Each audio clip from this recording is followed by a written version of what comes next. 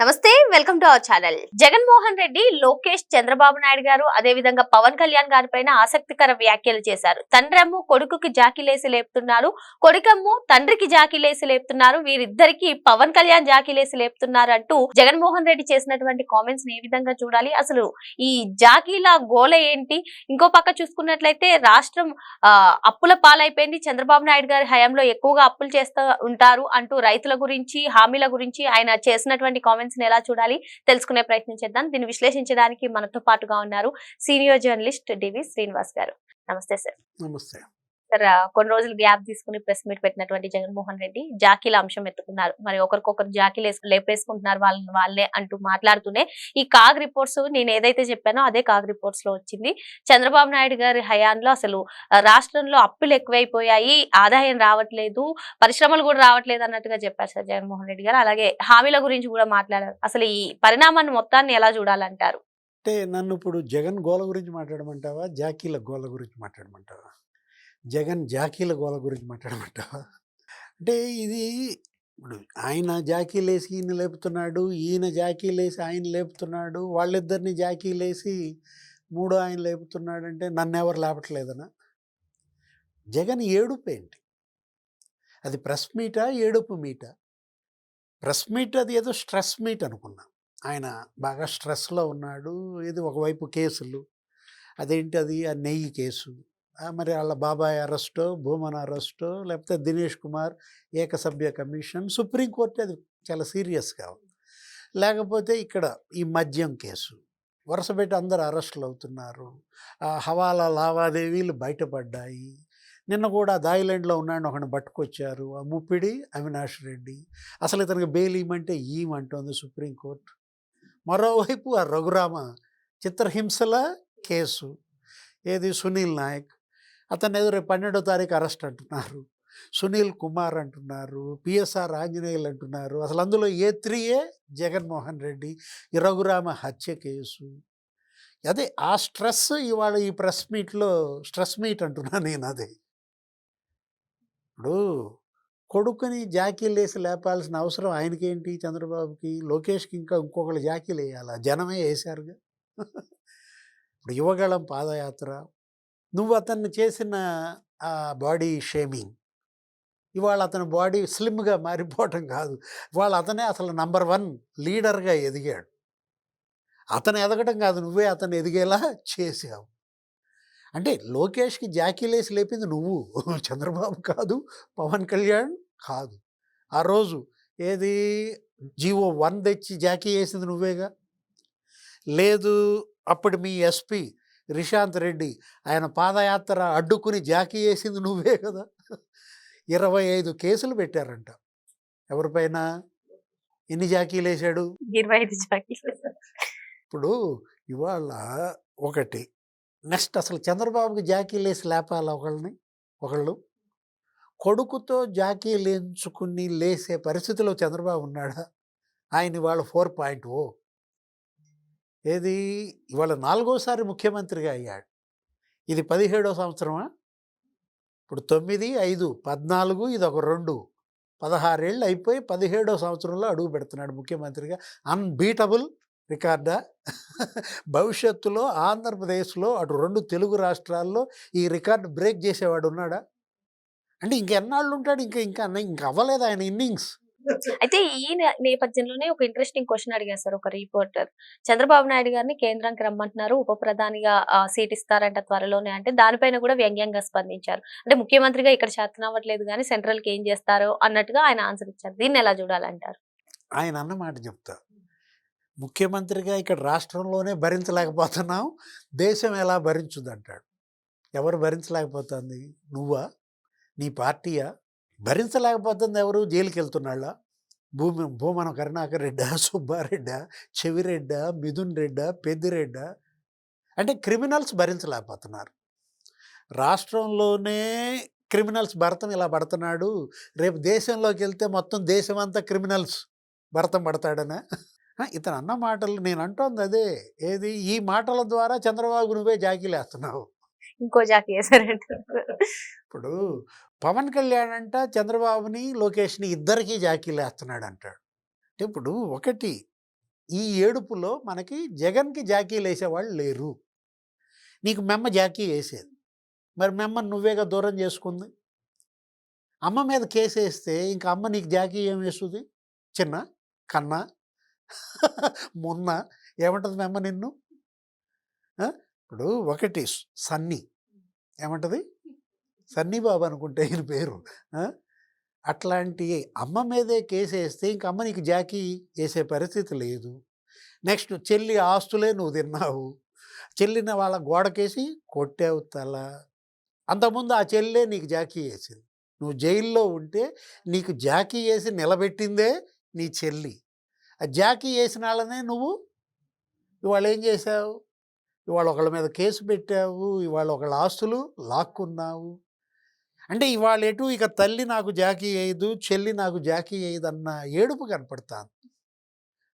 మరి నాయన ఆ జాకీ లేదో ఏంట్రా బాబు?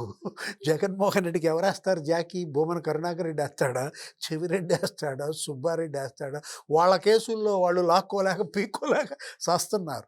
ఇక ఇప్పుడు జగన్కి జాకీ వేసేవాడు లేకుండా పోయిన పరిస్థితుల్లో అరే అసలు ఆ ఫ్రస్ట్రేషన్ ఏంటమ్మా? ఇది ప్రెస్ మీట్ కాదు, ఫ్రస్ట్రేషన్ మీటర్. చివరికి ఆ పవర్ పాయింట్ ప్రజెంటేషన్ ఆ స్క్రీన్ మీద ఎవరో వేస్తున్నారు. అతనేదో ఒక స్లైడ్కి బదులు ఇంకో స్లైడ్ వేసాడు, లేదు ఈయన చెప్పింది తీసేశాడు. వాడి మీద ఆవేశపడిపోయాడు. ఎందుకు అంత ఆవేశంగా తీసేస్తావు అంటాడు. నువ్వు ఆవేశపడుతూ అతన్ని ఆవేశం అంటాడు. అన్నీ అబద్ధాలే. ఇందాక ఎవరో చెప్తున్నారు, నేను వచ్చేటప్పుడు 161 అబద్ధాలు చెప్పాడంట. 161 అబద్ధాలు చెప్పాడు. ఒక్క ప్రెస్ మీట్ లో సార్ 161. అదేంటి ఆ కౌంట్ ఎలా లెక్క పెట్టావన్నా అంటే నేను ఫాలో అయ్యాను ఆ 2.5 గంటలు. నేనేదో 161 నిమిషాలు ప్రెస్ మీట్ ఏమో అనుకున్నాను. నువ్వు ఈ అబద్ధాలు ఎలా లెక్క పెట్టావంటే నియోజకవర్గానికి ఒక అబద్ధం పెట్టినట్టున్నాడండి. ఆయన ఓడిపోయిన ప్రతి నియోజకవర్గానికి ఒక అబద్ధం చొప్పున 161 అబద్ధాలు చెప్పాడు. అంటే గెలిచిన 11 వదిలేసినట్టున్నాడు. లేకపోతే వై నాట్ 175 అబద్ధాలు అనేవాడా? అరే ఇప్పుడు ఒకటి అతను ఆ ప్రెస్ మీట్లో మాట్లాడుతూ నీకు 2 పాయింట్లు చెప్తా. ఏంటి అతను అక్కడికి వచ్చేసరికి అప్పుల గురించి మాట్లాడుతూ చంద్రబాబు ఆర్థిక విధ్వంసానికి పాల్పడ్డాడు, నేను చెప్పిందే కాగ్ చెప్పింది అన్నాడు. కాగ్ అంటే నా దృష్టిలో కంట్రోలర్ అండ్ ఆడిటర్ జనరల్. ఇది జాగా జగన్ ఆడిటర్ జనరల్ చెప్పిందే కాగ్ చెప్పింది అంటాడు. సరే దాంట్లోకి వచ్చేసరికి 2020-21లో ఎఫ్డి ఆయన వేసిన టేబుల్ నేను చెప్తున్నా. ఫిక్సల్ డెఫిసిట్ 31.82% అన్నాడు ఆయన పీరియడ్. ఇప్పుడు 2020-21 ఎంత ఉంది? 31.82% అని జగన్ వేసిన టేబుల్లో చూపించాడు. 24-25 ఇప్పుడు ప్రజెంట్ ఇది చంద్రబాబు ఇయర్లో 32.55% ఆయనే చూపించాడు. ఇప్పుడు 32.55%, మరి అప్పుడు 31.82%. తేడా ఏంటి? ఇప్పుడు అది 32A, ఇది 32A. ఇప్పుడు ఇదేమన్నా ఒక 4-5% ఎక్కువైతే అబ్బో ఫిక్సల్ డెఫిసిట్ ఇంత పెంచేశాడు చంద్రబాబు అనొచ్చు. 31.82%కి 32.55%కి తేడా ఏమన్నా ఉందా? దాన్ని నువ్వేదో భూతద్దంలో చూపించి ఏడబట్టుకొచ్చావు భూతద్దం. అందుకే మీ చెల్లి నీకు అద్దం పంపింది. ఏమని? అన్నయ్య అద్దంలో ముఖం చూసుకో, చంద్రబాబు కనపడుతున్నాడు. చూసుకున్నాడా? ఇప్పుడు కూడా జగన్మోహన్ రెడ్డి అద్దంలో చంద్రబాబు ముఖమే. ఇవాళ ప్రెస్ మీట్లో కూడా అద్దంలో చంద్రబాబు ముఖమే కదా. అంటే ఒకటి ఇంకో point, fiscal deficit to GSDP. ఏది? జిఎస్డిపిలో ఎఫ్డి వాటా 2021లో ఆయన సీఎంగా 5.637 ఉంది. ఆ టేబుల్లోనే నువ్వు చూడు కావాలంటే, ఆయన వేసిన టేబుల్లో. ఇప్పుడు ఈ చంద్రబాబు ఇప్పుడు 2024-25లో జిఎస్డిపిలో ఎఫ్డి 5.089. అంటే నీ టైంలో నువ్వే ఆ టేబుల్లో 5.637 అని ఒక సంవత్సరం చూపించావే. అంటే నీకన్నా తగ్గించాడు 5.089. అంటే ఇవాళ ప్రెస్ మీట్ ద్వారా ఇతనే జాకీ వేసి లేపాడు. ఎవరిని? చంద్రబాబుని, ఆయన ప్రభుత్వాన్ని, పవన్ కళ్యాణ్‌ని, లేకపోతే లోకేష్‌ని ఇవాళ ఈ ప్రెస్ మీట్ ద్వారా జాకీ చేసి లేపటమే కదా! ఇంకెప్పుడు ప్రెస్ మీట్ పెట్టొద్దని చెప్పు. ఎవరు? జగన్మోహన్ రెడ్డి ఇలా జాకీలేసి చంద్రబాబుని గనక లేపేటట్టయితే ఇక మీరు ప్రెస్ మీట్ పెట్టబాకండి. 11 మంది ఎమ్మెల్యేల గురించి కూడా ఏదో ఇంట్రెస్టింగ్ కామెంట్ చేశారు సార్. అంటే అసెంబ్లీలో పవన్ కళ్యాణ్ గారు ప్రస్తావించింది ఒక రిపోర్టర్ అడగగా 11 మంది 1100 మందిలా బిహేవ్ చేస్తున్నారన్న దానికి అంటే మా వాళ్ళకి క్రెడిట్ ఇవ్వాల్సిందే అంటారు. దీన్ని ఎలా చూడాలంటారు? అంటే పవన్ కళ్యాణ్ ఈయనకి సర్టిఫికేట్ ఇచ్చాడనా? ఇప్పుడు ఈయన పవన్ కళ్యాణ్‌కి సర్టిఫికేట్ ఇస్తున్నాడా? అంటే ఏస్తన్నాడా ఏంటి? ఎవరికి? పవన్ కళ్యాణ్‌కి. బిస్కెట్ ఎయబాక లేనిపోయింది. ఆయన అసలే కొంచెం ఆయన తిక్కకి గూడా ఒక లెక్క ఉందంటాడు. ఇది లెక్కబెట్టి తిక్క వదులుస్తాడు.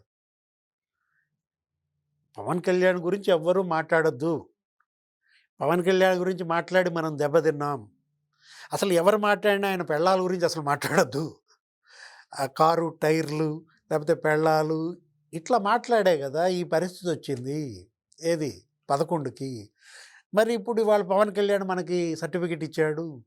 ఆయన ఏ ఉద్దేశంతో అన్నాడు? వాళ్ళు 11 మందున్నా 1100 మందిలాగా అబద్ధాలు చెప్తున్నారు.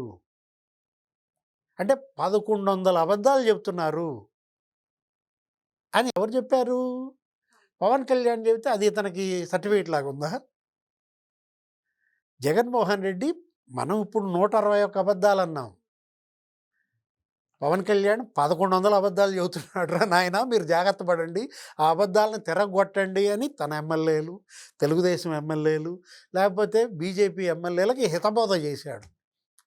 నిజమే పవన్ కళ్యాణ్ మాకు సర్టిఫికేట్ ఇచ్చింది నిజమే. ఆయన మాకు మంచి క్రెడిట్ ఇచ్చాడు. 1100 అబద్ధాలు చెబుతున్నామనా? అబద్ధానికి ప్యాంటు షర్ట్ ఏస్తే ప్రపంచంలో అంట ఎక్కడో అబద్ధాలు పోటీ పెడతారంట. మొన్న సోమిరెడ్డి చంద్రమోహన్ రెడ్డి ఎప్పుడు ప్రెస్ మీట్‌లో మాట్లాడుతూ, ఆ అబద్ధాల పోటీకి పంపండి ఇతన్ని. గోల్డ్ మెడల్ తెస్తాడు. పంపిస్తారా మరి? మరో అంశంతో మళ్ళీ కలుద్దాం. Thank you sir. నమస్తే.